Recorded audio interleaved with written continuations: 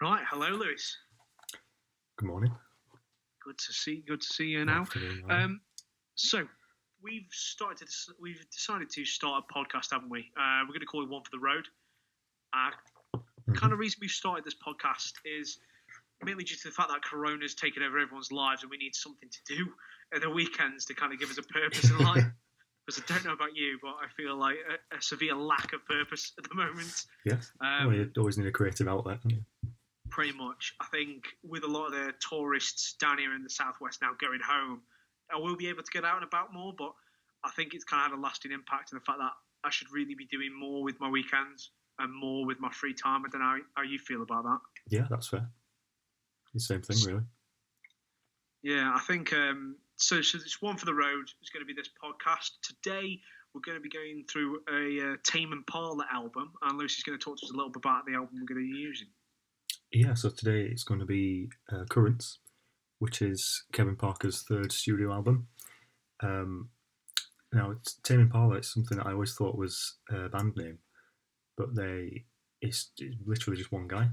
So Australian guy, Kevin Parker. And he's the one who basically just sort of locks himself in a room with a load of instruments and creates these weird psychedelic album sounds. Yeah. You know, anyone else who locks himself weird, in a room and fucking does nothing but overproduce tracks all day would be seen as a weirdo. But if you're successful at it, you're seen as an absolute hero of the industry, or at least in my eyes, anyway.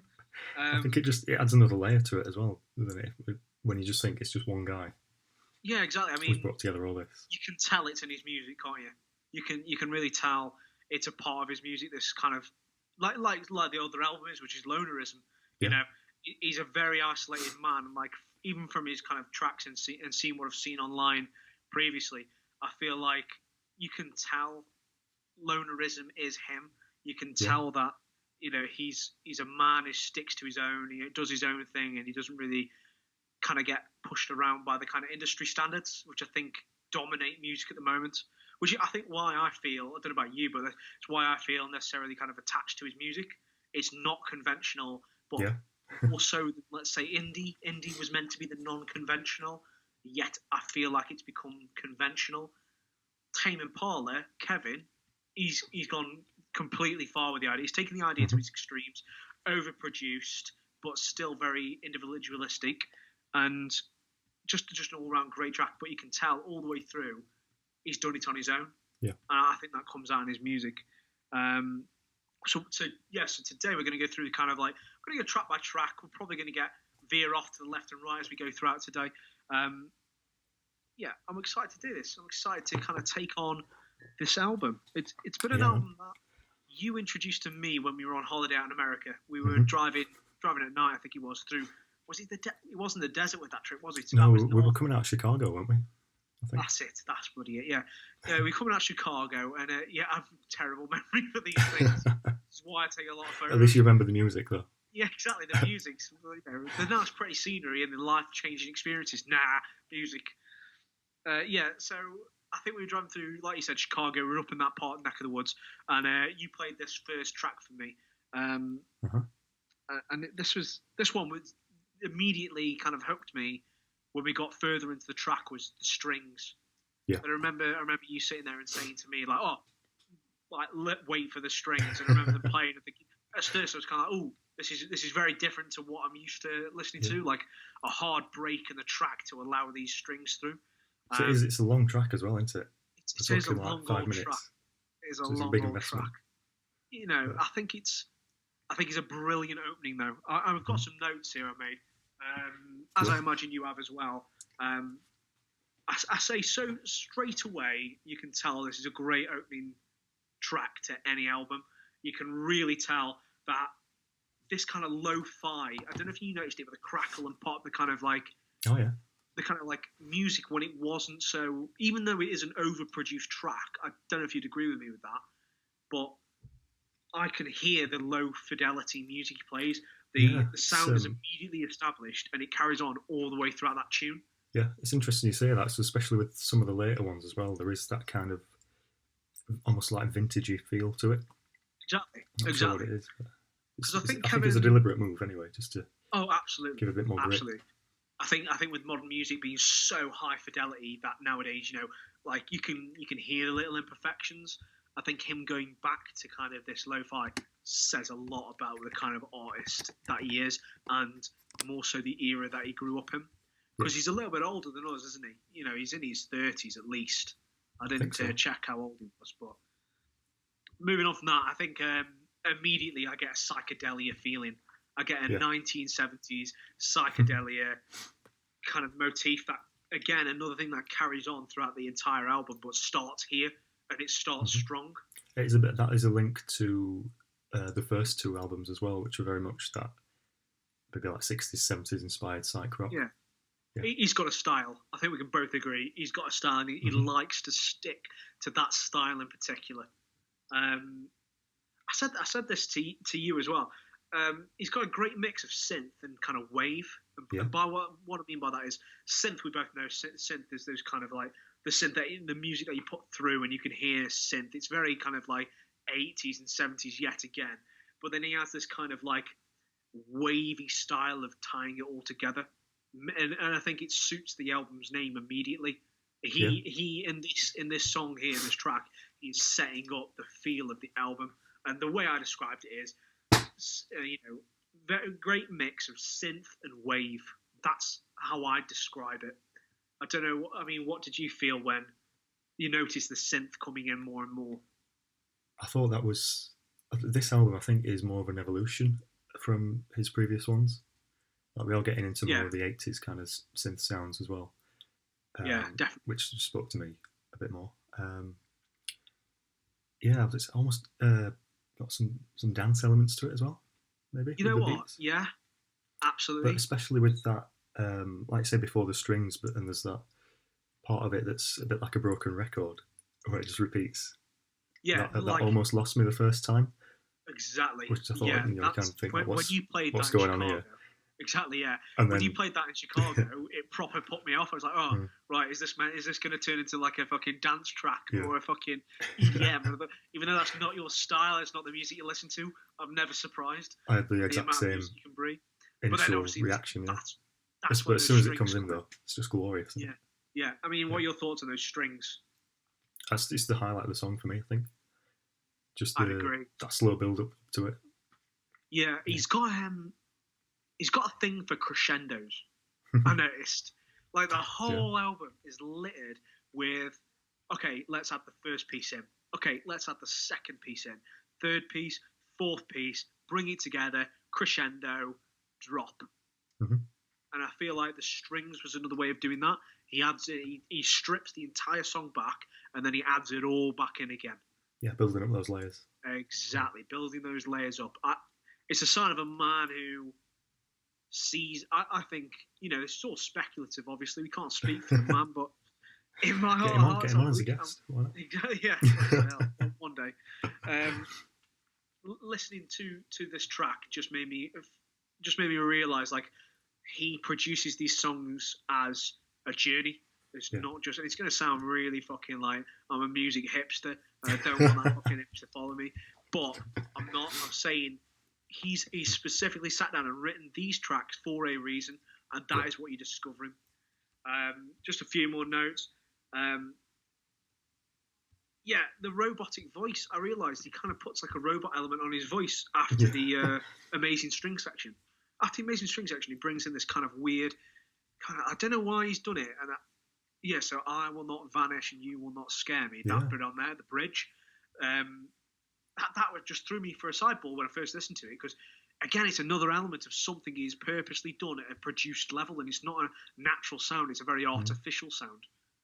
Yeah, I think all of his vocals have got that, I don't know, it's just some sort of strange pitch modified. Exactly. I think some of them, he modifies the pitch, some of them, he plays around with the reverb. He's always doing something with that voice. I think we very rarely get to hear the kind of like cut through. This is his voice. That's his style, though, isn't it? Yes, it's one of his trademarks. Yeah.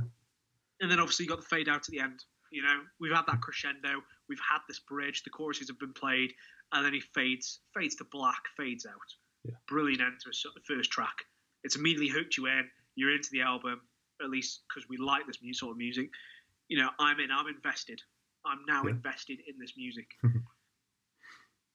I think we pretty much covered the first one there. A really good track. I really enjoyed it. Really strong opening, yeah.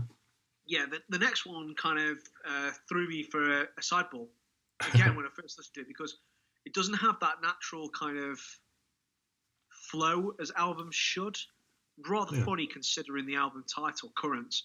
Nangs isn't very long. See, I think there's not a lot to it. There's a couple like this as well, just dotted through it. And I think rather than standalone tracks, they are just there for when you're listening to it, the album as a whole. A little bit of breathing space, maybe. But again, I don't think he's done it for no reason. I think they're going to, in his head, in his creative style, Nangs is there for a reason. And the only lyric in the lyrics in the whole thing is, "But is there something more than that?" Yeah. That's the only lyric that's repeated several times. There's not much to say on this one. All I've got is short. First thing I noticed, kind of what I would call more of like an instrumental in my head. Yeah. Probably known as an interlude, but because of how he produces, I'd call it more of an instrumental. Right. Yeah, that's a good way of describing it. I just put it's a little interlude for the album. Yeah. When you're listening to the whole thing. Right? Also, the snare and the hi-hat, he's got this. The drums set the pace for this tune, which I love, because in a lot of his tracks they do, but I noticed that the snare and the hi-hat never advance. It's a very strange snare and hi-hat. Like, that beat that's being played out, I always feel like each kind of set is being cut short, only to be followed straight again by the same set to only be cut short. I kind of feel like it's purposely stopping before its completion. It stays the same. It doesn't change. And then, again, a fade finish. I don't know what you thought of the track. Yeah, I just don't think there's not that much to unpack to it, really. Not really, yeah. Right then, number 3. Let's talk number 3 then. So number 3 was which one? The Moment. Cool. Right then. After you, what did you think of The Moment? So with this one, it's this album, it's the first time I've come back and listened to it after his most recent one. So earlier this year, there was the Slow Rush. And what really struck me with this one is it sounds like it could have been from the newest album. Just the general sound of it as well. That strong electro synth sound mid-song as well. It just really struck me as a good link between that one and the previous one. Definitely. That you can... Again, it's just another great example of his style and his developing style. Consistency. Yeah, while it stays consistent, you feel it advances. The same with a story of his albums. From album 1 all the way to now, the Slow Rush. It's sticking to its heart, but it's changing enough to be new and not sticking in the past, which is quite ironic considering, the kind of nature of a lot of these tracks. So from this one, I thought it evokes a feeling of fighting against the current to stay the same. Oh, yeah. Because this track, the lyrics are so interesting to this track. I really liked kind of going along with them. And I don't normally do lyrics. I normally just leave it, and I like the kind of like ambiguity of what the artist is saying. But when I feel like I'm listening to Kevin, I feel like I actually want to know. Like, normally I couldn't really care, but I want to know with Kevin. And what I found really interesting is all the way through, there's like clicks and claps in key sections, which are seconds apart. So it's like a ticking clock. And you can't, I fell in love with the sound of the heels on the wooden floor. I don't want our footsteps to be silent anymore. It evokes a real kind of feeling of you're there with him. He's feeling what's going on. He's in the moment. He's feeling the floor beneath him. He's hearing the sounds or the lack thereof around him. It's a brilliant tune to dive into. There are a lot on this album where the lyrics do have a lot to unpack. And he did write it after he moved back to Australia. So he was in Paris previously, in a relationship with a French singer. That sort of broke down. I think they were together for like 2 or 3 years, something like that. Yeah, I think you can tell. And there's a lot of lyrics in this that speak of like the darker side of relationships or the breakdown, Yeah, not trusting definitely. the other person kind of thing. Yeah. Which we'll probably get to on later tracks. But I can Yeah, really, it comes up more in knowing later that, tracks. you can really see it in some of his writing. Knowing what we know now, looking forward into the album, here, like the last hook, I'll only know in the moment, anticipation growing. And then earlier on, he talks about the storm clouds are closing. It's foreshadowing, isn't it, really? Yeah. It's a foreshadowing of events to come. I mean, just to finish up on this one here, he plays around with where the audio is coming from. So at the end, the audio is passed ear to ear. It's kind of revolving around the listener. I think it's a true benefit of listening to, and especially an album from Kevin or an album like this sort of music. You really do benefit from listening with a good pair of headphones. Yeah, absolutely. Whilst not against a massive stereo system that I'd love to have in my room, for the moment I have headphones and I'm happy with them. One day I'll have the big audio setup that'll be set up and no one will ever touch. It'll be my audio setup. Your baby. Exactly. Bloody exactly. Right then, probably going to push on now to Yes, I'm Changing. Mm-hmm. What did you think of Yes, I'm Changing, mate? I think it's placed really well. If you listen to the album track by track, it's a nice change of pace. A little bit slower, really relaxed, chilled kind of beat. Yeah, definitely. Yeah. I another one I really enjoyed. Yeah. So I've just put as the first note here, all round good tune. It's just a fantastic tune. I think this by far is my favourite track. Really? Yeah, by far. No, I absolutely love this track. I think all round good tune.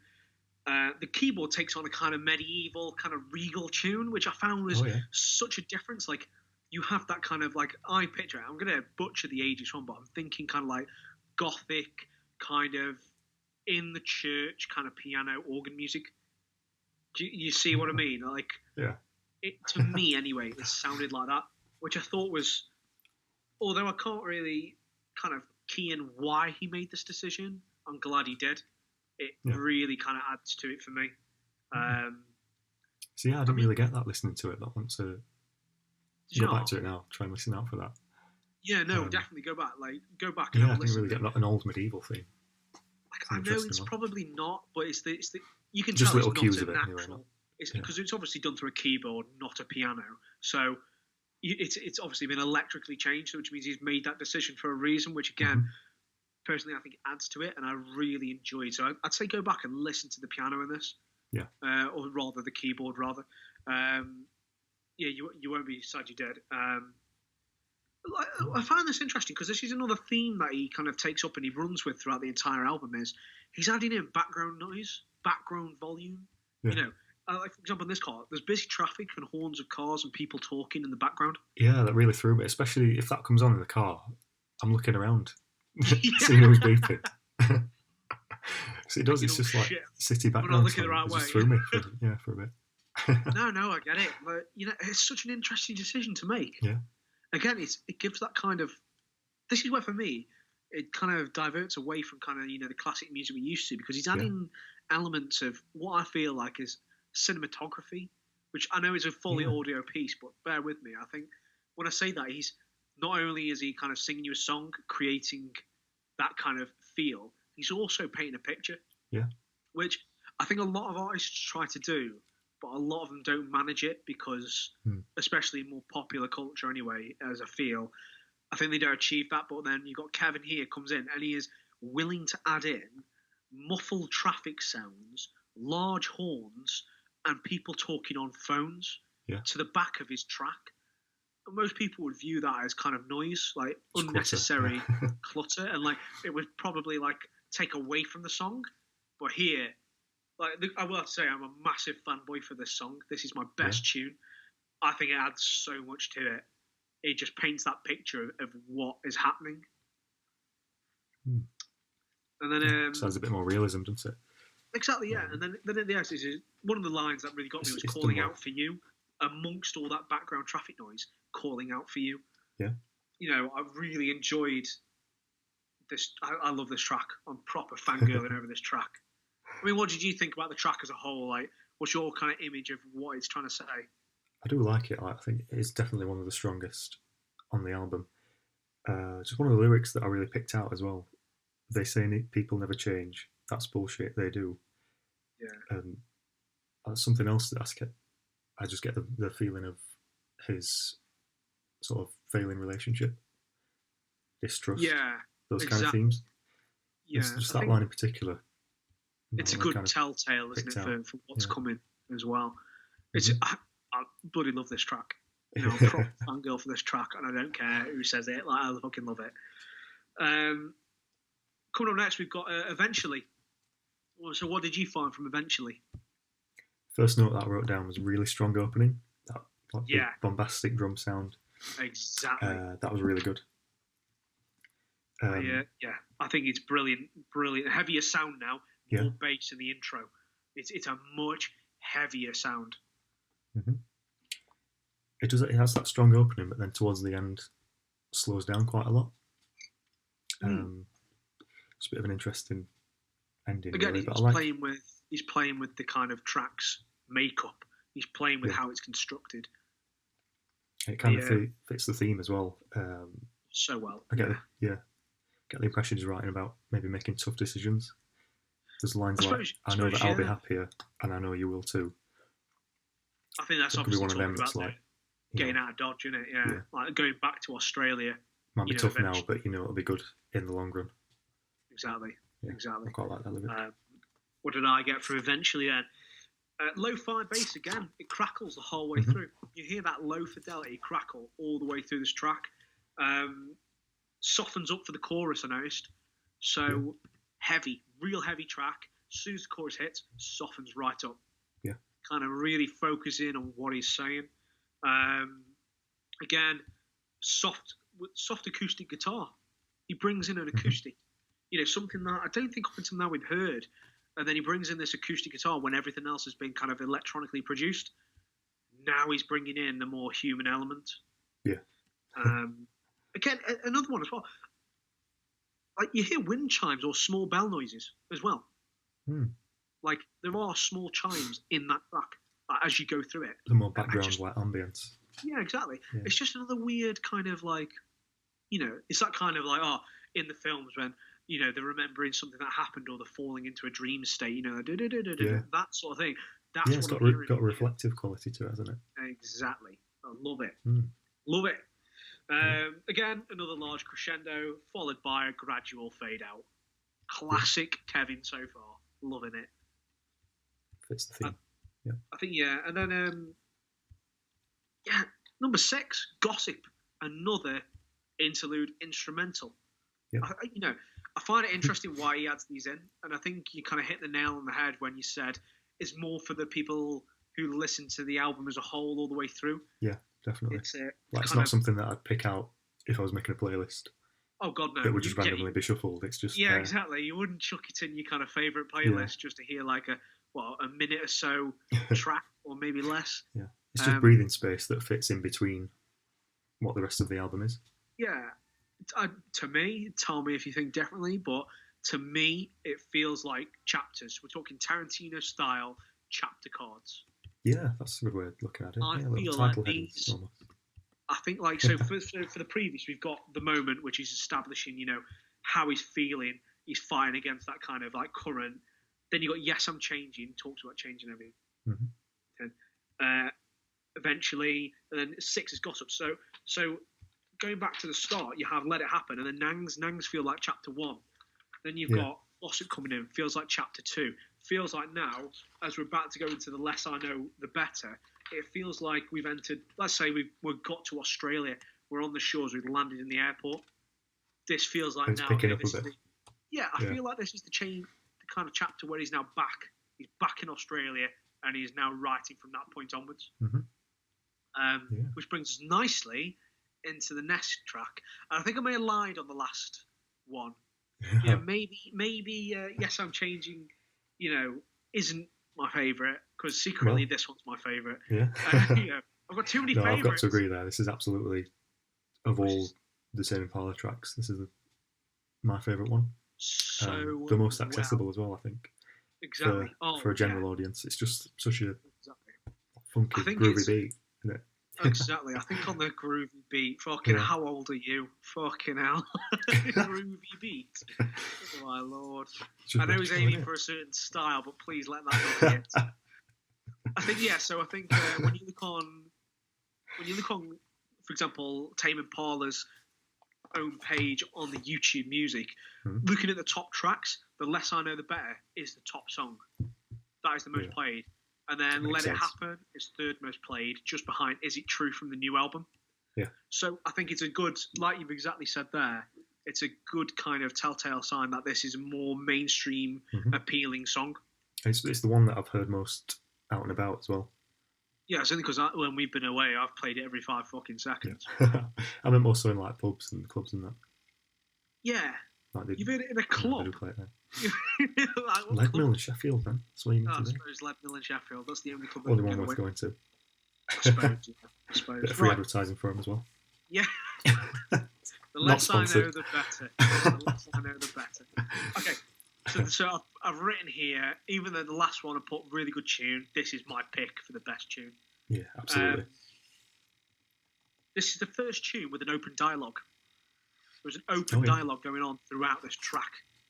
And you can see that when he's going through, because he's actually doing quotations. So she said, it's not now and ever, wait 10 years, we'll be together. Exactly. So it's very two-sided. There's two different sides to this, and you've got the girl and the boy talking to each other about this. It's something you mentioned the other day as well, the video to this. Oh, really brilliant. Fits quite well, doesn't it? It is artsy as fuck. It's probably too artsy for me. But yeah, with a weird massive gorilla. Weird massive. I think the idea behind that is it gives a sense of what kind of person Trevor is. Yeah. Trevor being the kind of gorilla, the classic big jock kind of high school classic big jock. Because even though it's Aussie in nature from its writing, the way that video was produced was like an American high school, what I see as an American high school. Yeah, absolutely. I mean, it's that high school kind of awkwardness, isn't it? That's what I got from that. So well produced, and it's weird, and it suits this song well. It's weird.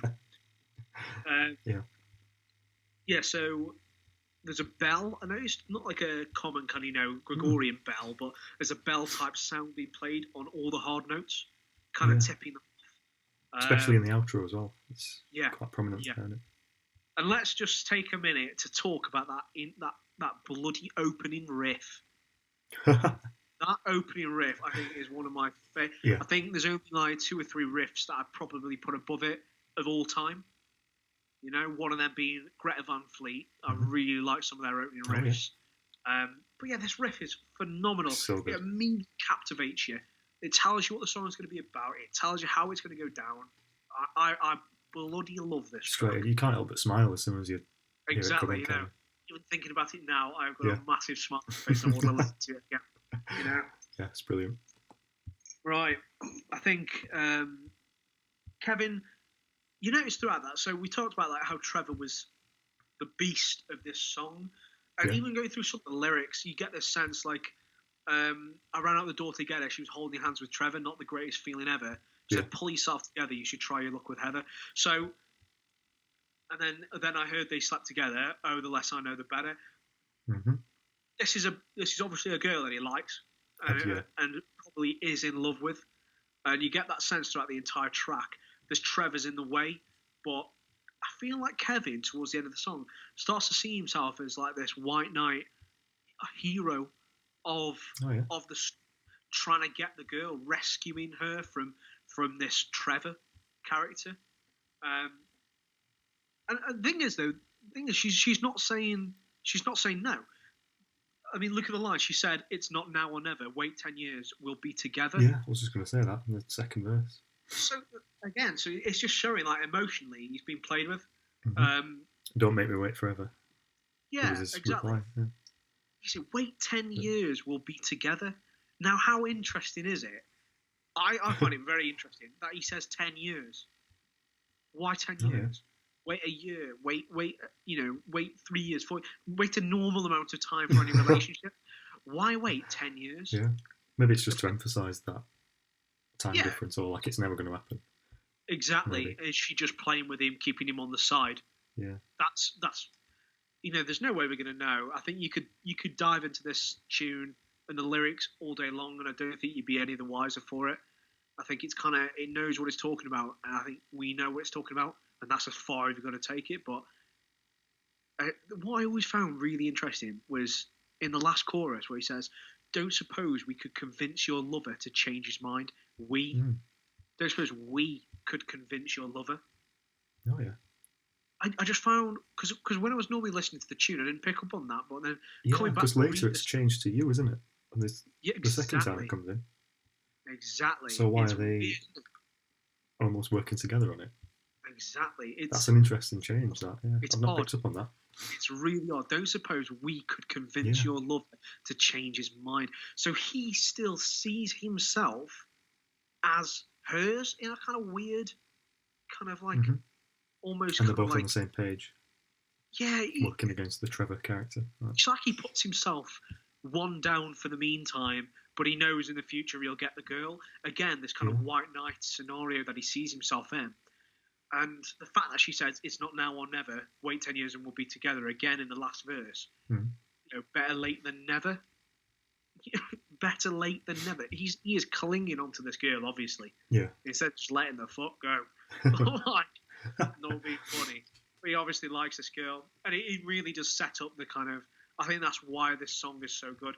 A lot of the kind of most famous songs we all know are love songs. They're relationship-released. Someone's been jilted.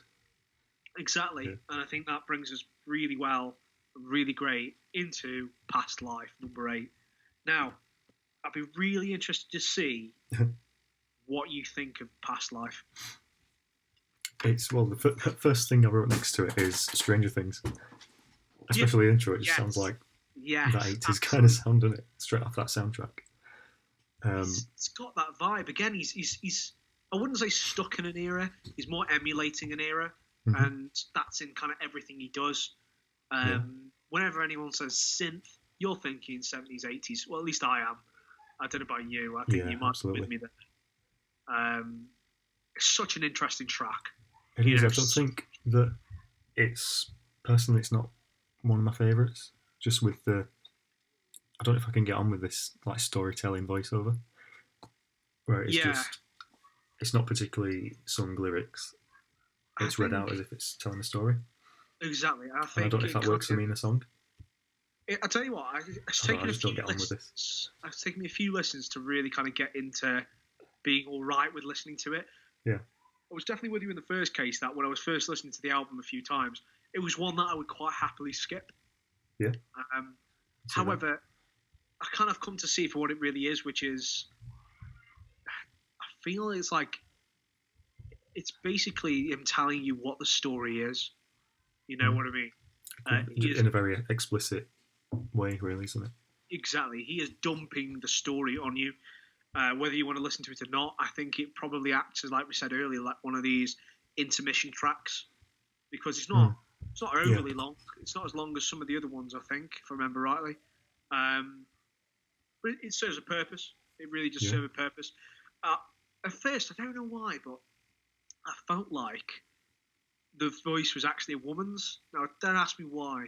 Now, listening to it a few more times, I've come to pick it up as I think it's obviously meant to be Kevin. It's just really sort of distorted a bit as well. Yeah, exactly. Again, another kind of distorted, lowered voice, like he's scared to admit it publicly, or he doesn't want them to know that this was the start. Because if we take it from the lyrics, as it says here, well, somewhere in between a lover and a friend, it was different back then, surreal, poetic, but uncertain, like a bizarre chick flick with a confusing end. But I shut it off, closed it off. Yeah. The sound and smells made myself forget, a cheap solution to block out regret, but it was real. I think he's obviously seen this woman, and maybe he doesn't want this woman to know this was how he started to contact her again. Because I think we could tell this is a different woman. I just want to say that the woman at the start of this, like maybe the French chick, I think this is a different woman to the woman that is in The Less I Know, the Better. Yeah, it sounds like it's related to something that happened a very long time ago. Exactly. Just the whole title as well, and the last line, it just feels like a past life.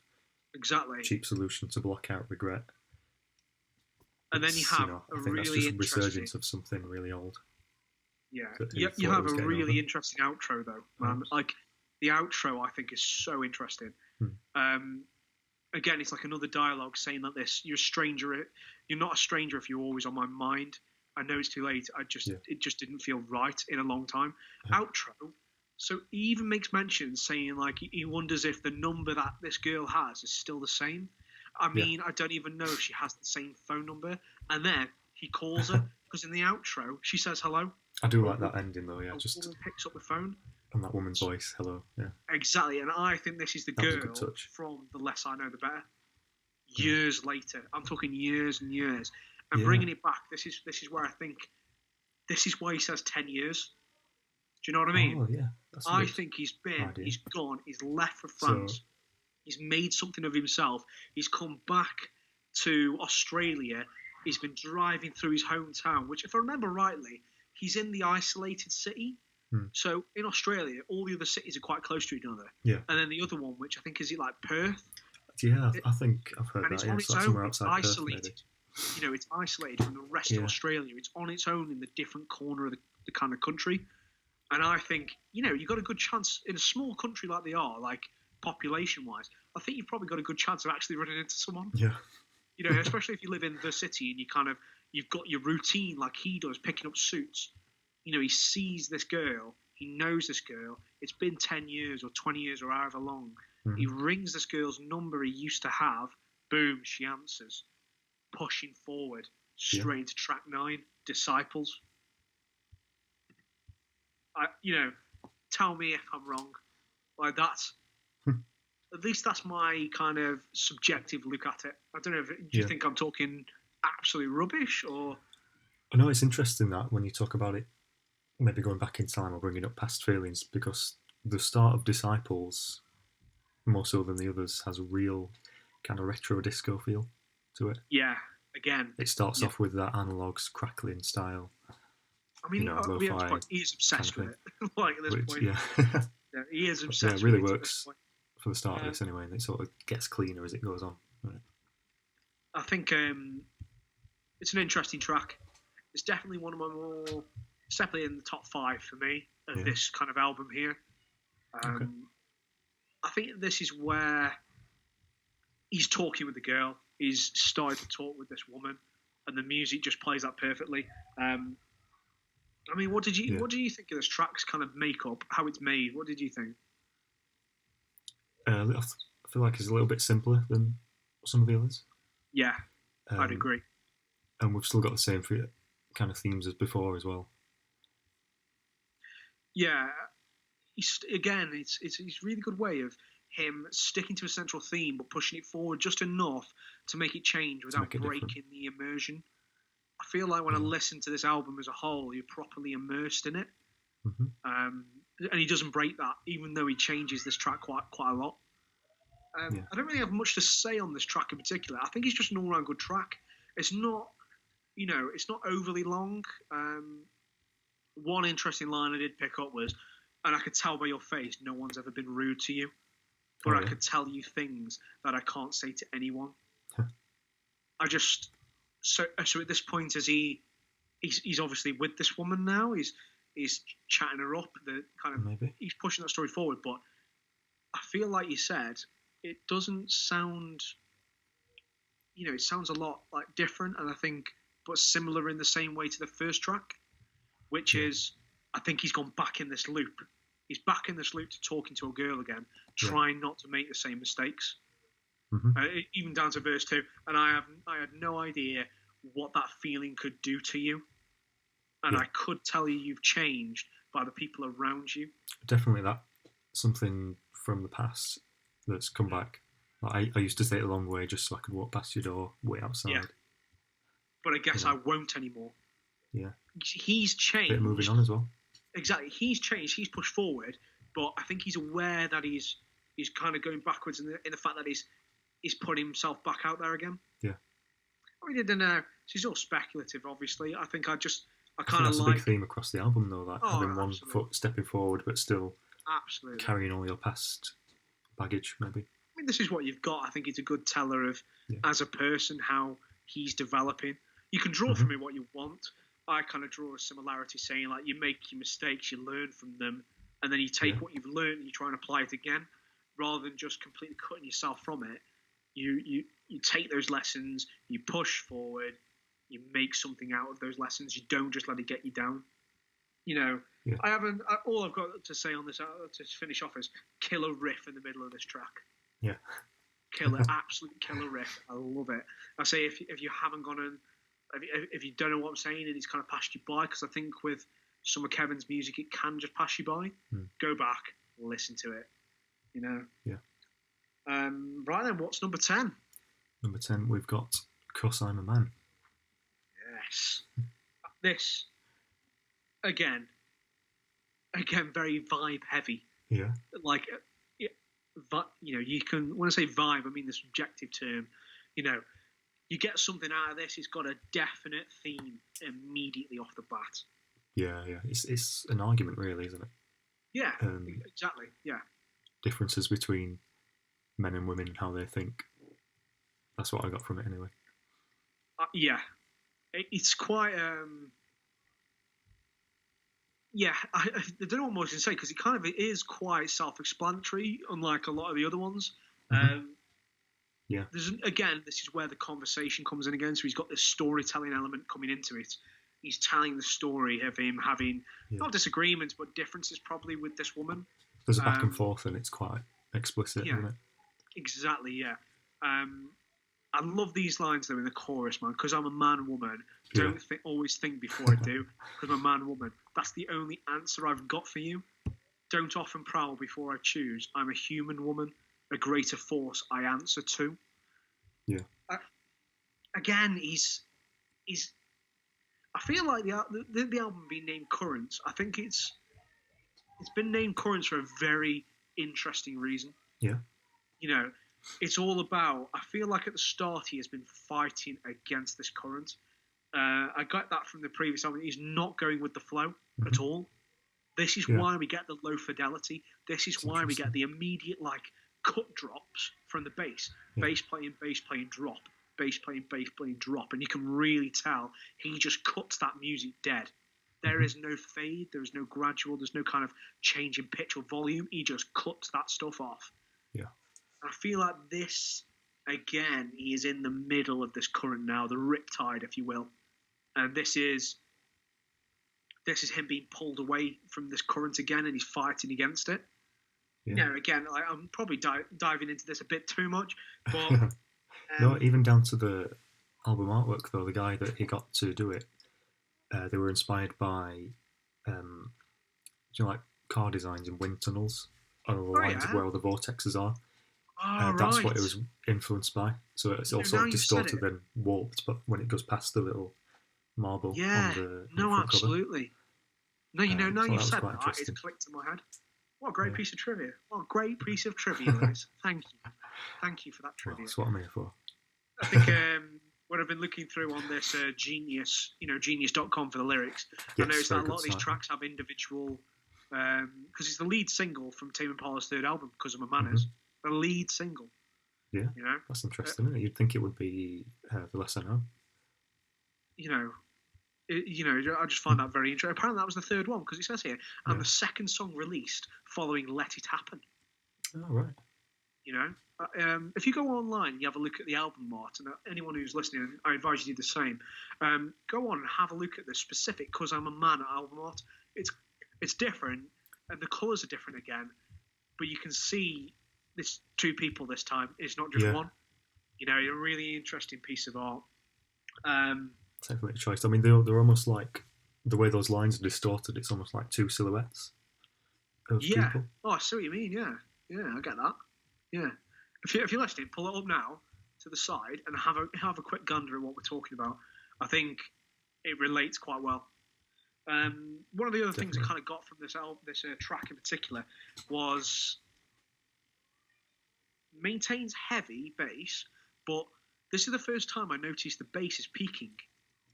Oh, yeah. He is letting that bass peak above what it should be, creating that kind of sharp, upper tone, kind of pitched squeal of the bass coming through.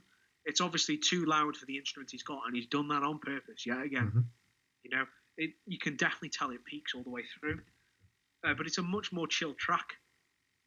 Even though I feel like he's fighting against this kind of, he's coming to realise, go with the flow, man. Yeah. Just chill the fuck out.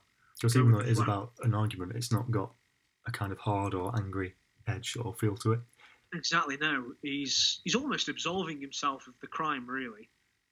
Whatever said crime is. It doesn't really give an answer to, from what I've seen, of what it's going through, but the next couple of tracks really give that away. Really give away what this argument was probably about.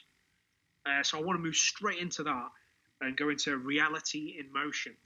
Yeah. This is another, I think, like, we're probably saying, like, a lot of these tracks are really good, and when you start to say, like, you know, out of the 13 tracks, 11 of them we really like, it's because it's a really strong album. It's a really strong album. Like, there are the tracks that probably are viewed as kind of not as popular are the shorter and the instrumental ones we've discussed, but they serve a purpose. And I feel like because a lot of this music serves a purpose, they're all good, you know? So, Reality in Motion, I put even more psychedelia. Even more. Yeah. You're getting even more of a feel of that kind of 70s vibe again, you know? And this is one where I feel like in the lyrics and in the song itself, his lyrics suit this track so much better. Mm-hmm. Like, it suits this track so well. I feel like he's finally going with that flow. Do you Reality think it's in Motion. Do you get the impression that it's relating to maybe a missed opportunity with like a romantic interest? Because that's what I got from it. Yeah, I think I can see what you mean. Yeah, because like, it made my heart run in circles and overflow. Yeah. I think and then like I don't know, just from the chorus, I just maybe get the impression it's on the fringes of the party. Like, there's no one else around you. Not that I was waiting. Maybe just watching for somebody, you know. Yeah, I get it. I get it. So soon as I remember, baby, I surrender. Just need to breathe out. He's holding his breath. That's what jumped out to me. Yeah, no, I get that. I really do. Decisions are approaching, reality in motion. The question on most blokes' mind in a party: are you going to get laid? Boiled down to it, yeah. Yeah, pretty much. Like, so you can pull from decisions that chorus. Are approaching all that. I just need to breathe out. He's holding bated breath. Shall anything happen? Trying to be patient, but I'm feeling ancient. Trying to control the way that I'm facing. Oh, so yeah, I get you now. Overthinking I really everything. Get you now. You know, it's getting that self-doubt creeping in. The way in. that I'm facing. Yeah, he's staring at this. He's staring at this woman. Brilliant. No, absolutely, I get that. Yeah. No, brilliant. Yeah, no, really good observation. No, I like that. I think probably like I had a kind of an idea, but I think you've kind of really solidified that idea for me now. It's a good tune, man. Cool. It's a good tune. Yeah. I thought that this is the realization. This track is the realization in his mind of where his life is heading. Yeah. And I feel like this is probably then where he probably gets with this girl. You know, he gets with this girl now, and this is him. He's gone through the motions. He's gone through the thing. He's seen her at the party. Let's say they've gone home together. Love and Paranoia, track number 12. Again, like, it's going to sound like we're massive fangirls, but it's another proper strong track. It's a good, strong track. I think in this, I mean, what did you write down for Love and Paranoia? For this one, I thought it dealt with the darker, more like anguish side of relationships. Especially, I mean, you've got paranoia in the title as well. Oh, yeah. You know, I think there is some kind of sort of lack of trust there as well. Yeah, I think I'd agree. Look at verse 1 as well. He's got a line that's, it won't quell the desire to know what was really going on. You know, he's paranoid about who this woman's talking to, you know? Again, it's sort of overthinking things. You can pick that up in the lyrics. Like, does it really fucking matter, babe? Is all you can ask me. Yeah. So I think he's kind of gone from... This is how I feel about it. He's gone from being the kind of...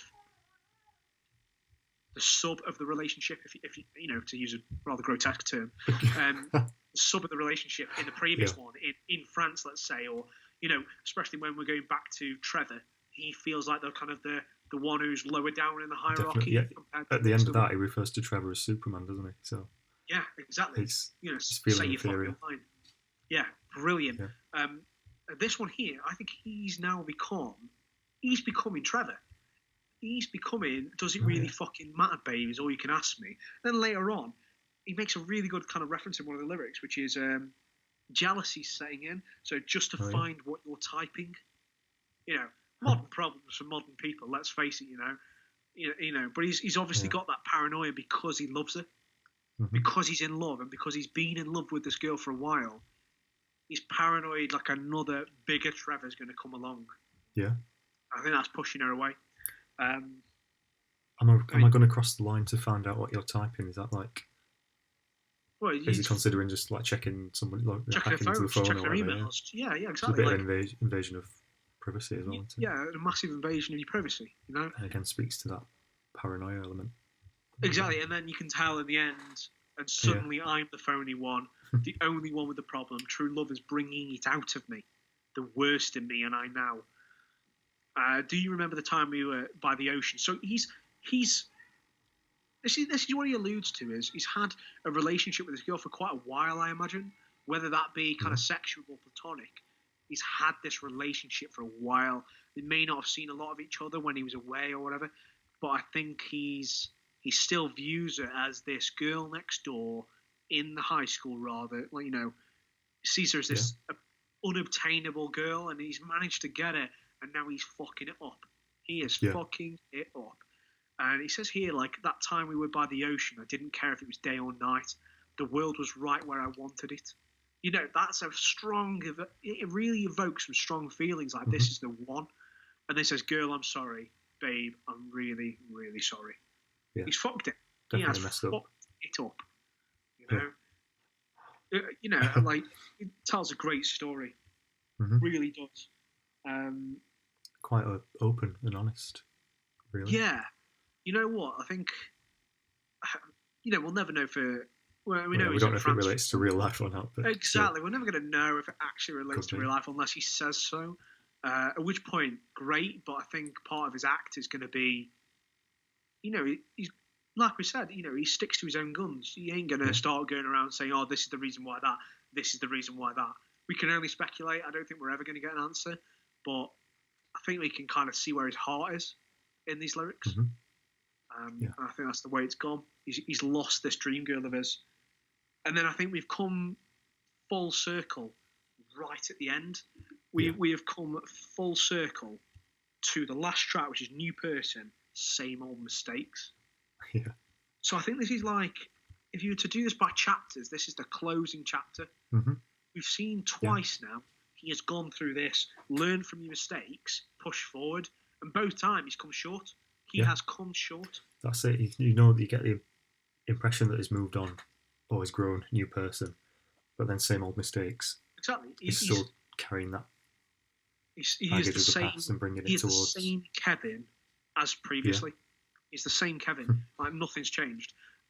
He's probably grown older and he's become more aware of these things, but he's not changing, and it's really reflected in the track itself. I mean, what did you find with this last track? So I thought it was, again, just, deals with changing from the past self, but still having the doubts, same old mistakes. But then, from the halfway point, I thought it does shift to sound a bit more brighter, a bit more optimistic. I sort of got that impression. Yeah. But I think it does, especially with the end track, it brings everything together quite well. Yeah, exactly.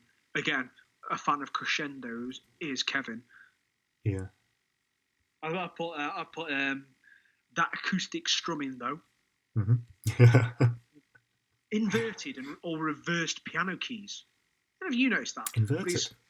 Yeah, not really inverted, probably like reversed, but the piano keys aren't going in the right direction.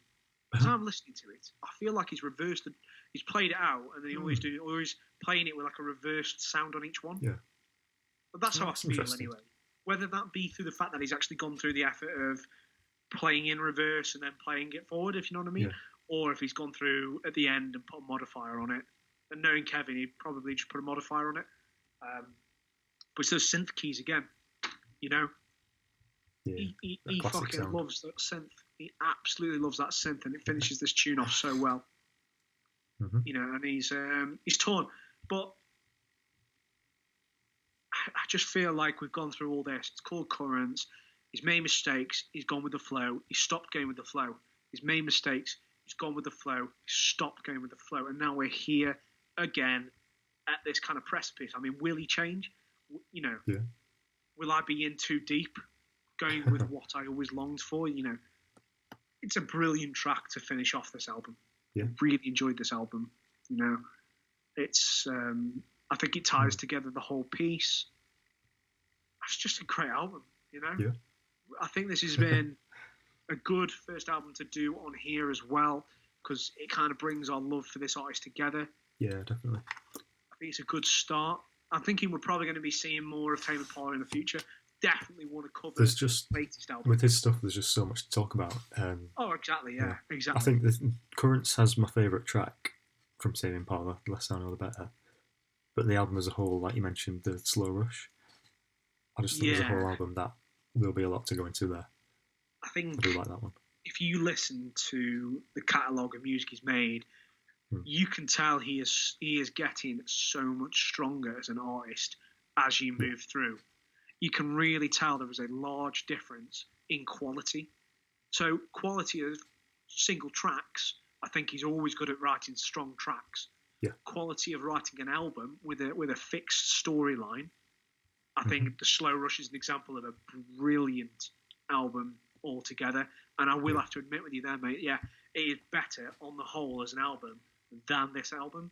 But that track that is constructed in this, The Less I Know, the Better, is such a well-crafted, perfect example of kind of produced music that it feels overproduced, but but in a way, because it is, because like we said, he sits in a room, locks himself in a room, and you can go online and you can look at his amazing studio setup. Yeah. You can go and look, and he'll lock himself in there and make that is what I call overproduced, sitting there for hours and days producing. Well, I think he's definitely a bit of a perfectionist as well. I think it was the release of this was delayed like twice, sort of pushed back to later in the year. Yeah, it was meant to be like early on 2015, but it eventually came out in July, I think it was. Yeah, and look how long it takes him to pull out tracks.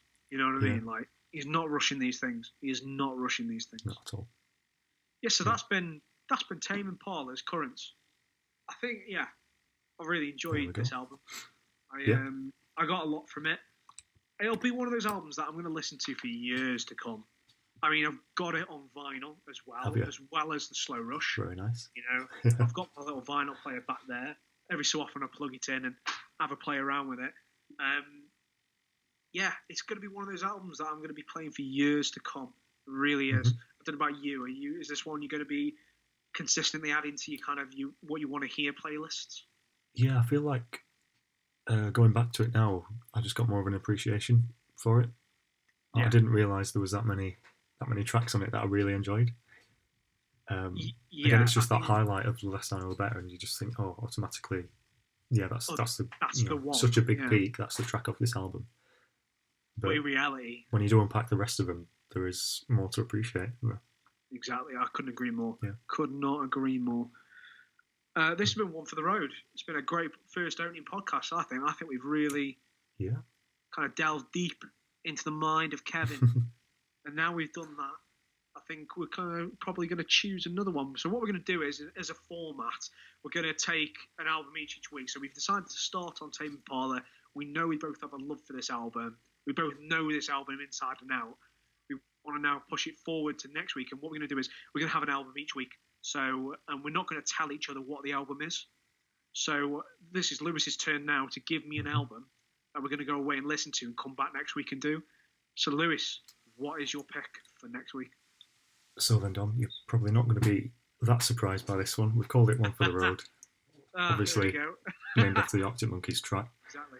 But you have told me, though, you're not that familiar with their in-between albums. Like, you know the first one well. You know AM well. You know, I know the first one quite well. And AM, I think with its kind of critical acclaim, I know that one really well. So what have you got for me? I think we're going to go with the third one, Humbug. Humbug. So I'll maybe introduce you to some that you're not that familiar with. You know I'd what? be interested to see your thoughts on that. You know what? I think I'll be quite excited to do Humbug, actually. I'm going to search for it now. Because this was the first one as well where it did have a bit more of a mixed reaction and they evolved quite a lot from their earlier sound. So this was kind of what you call like a more kind of a breakaway from the classic. Exactly, yeah. There's a lot of darker themes. It's more mysterious to it. Should we see if I know any of this? Should we see if I know any of this? My Propeller, nope. Crying Lightning, no. Not even Animals, Crying Lightning. No. Secret Door, no. I actually don't know any of these off the top of my head. Wow, okay. There's only 10 tracks. That surprises me. Yeah. I feel like Arctics normally have more tracks. Well, that's normally around 10, 12 or something, is it? Yeah, I don't know. There's a couple of long ones in there. Yeah, what are we looking at? We're looking at 3. They're all about, they've got 5 minutes to finish with the Jeweler's Hands. Yeah, I'm excited. I'm excited to take this on. I think like Arctics is an example of a really good, consistently well-made band. Yeah. Do you know what I mean? I don't think, even though you're right, maybe this, because I don't know the album, maybe this is a big, because all I know is, like, for example, the big change they had for Tranquility. Yeah. That's the kind so of divisive, change, isn't it? How? You know, I think, again, they were like, artists are allowed to do whatever the fuck they want. That's what I really appreciate about them as well. They're just not afraid to create what they want to create. Well, let's face it. Just doing it because it will be popular, because it's their sound. They're always moving forward, album to album. There's something different every time. I mean, yeah, they have been a household name in the UK since their first album, right? Yeah. It took them changing format how many times? Because let's face it, they've changed format quite a few times. Let's not kid ourselves. Like, AM was a more mainstream approach to how the Arctic Monkeys make music, and that's what got them the critical success in the US. So it's another example. Definitely the one that broke America. Exactly. You've got another example of a UK-based band getting an album and smashing the US market with just one album. You know? Mm-hmm. It's the same with Adele did the same. Smashed the US market with a great album. Arctic Monkeys have been changing their sound so many times, and their latest albums are a great example of that, and I can't wait to see the next one. But if it's anything to go by, and seeing what they've done more recently with their kind of drastic changes, I'm excited to get stuck into this album. Because there's plenty to go at, isn't there? Yeah. This will be a good album to do. I'm going to look forward to this. Yeah. This is going to be a good one. I'm excited. Yeah, I'm interested to hear your thoughts on it. Yeah, I think I've always had a good appreciation for the Arctic Monkeys because, again, when did they get their start? Probably like 06 was the first one. Yeah, exactly. So I was listening to music quite more actively rather than passively. Yeah. Musical household, definitely. My mum and dad have always encouraged me to like listen to whatever I want to listen to. Mm-hmm. You know, as long as it's not effing and blinding. I think, I'm excited. Excited to see it. So this has been One for the Road podcast. It's been a pleasure. We'll sign off. We'll sign back on next week, same time. Yeah. We'll be excited to bring Arctic Monkeys to you. Thank you very much for watching. Hope you enjoyed. Bye. I'll see you next week.